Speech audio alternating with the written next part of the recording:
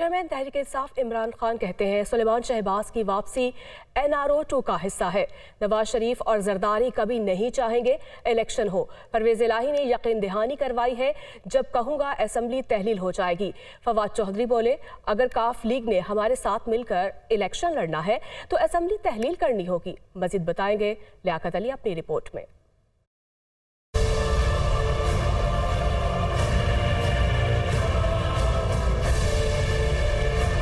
Chairman Tehreek Insaf Imran Khan کی سیاسی مصروفیات۔ عمران خان سے اٹک، جہلم، چکوال اور سیالکوٹ کے ارکان اسمبلی کی ملاقات۔ سیاسی صورتحال پر مشاورت کی گئی۔ عمران خان کا کہنا تھا کہ الیکشن کمیشن مجھے نااہل کرنے کی کوشش کر رہا ہے۔ اسمبلیاں تحلیل ہونے کے بعد حکمرانوں کے لیے الیکشن سے فرار ممکن نہیں۔ پرویز الہی نے یقین دہانی کرائی ہے جب کہوں گا اسمبلی تحلیل ہو جائے گی۔ سابق وزیر اعظم عمران خان نے یوٹیوبرز اور ولاگرز سے بھی ملاقات کی۔ عمران خان کا کہنا تھا کہ سلمان شہباز کی واپسی NRO 2 کا حصہ ہے۔ ارشد شریف کے قتل کی FIR ان کی والدہ کی خواہش پر ہونی چاہیے۔ PTI رہنما فواد چودھری نے زمان پارک میں میڈیا سے گفتگو میں کہا کہ پنجاب اسمبلی کی تحلیل پر ارکان کی رائے ہے کہ فیصلے پر فوری عمل کیا جائے۔ کاف لیگ کو بھی بتایا گیا کہ دسمبر میں ہی اسمبلی تحلیل ہوگی۔ پاکستان تحریک انصاف کے جو تمام ممبران ہیں وہ عمران خان صاحب کو اپنی اوپینین دے رہے ہیں کہ اس فیصلے کے اوپر فوری عمل کیا جائے،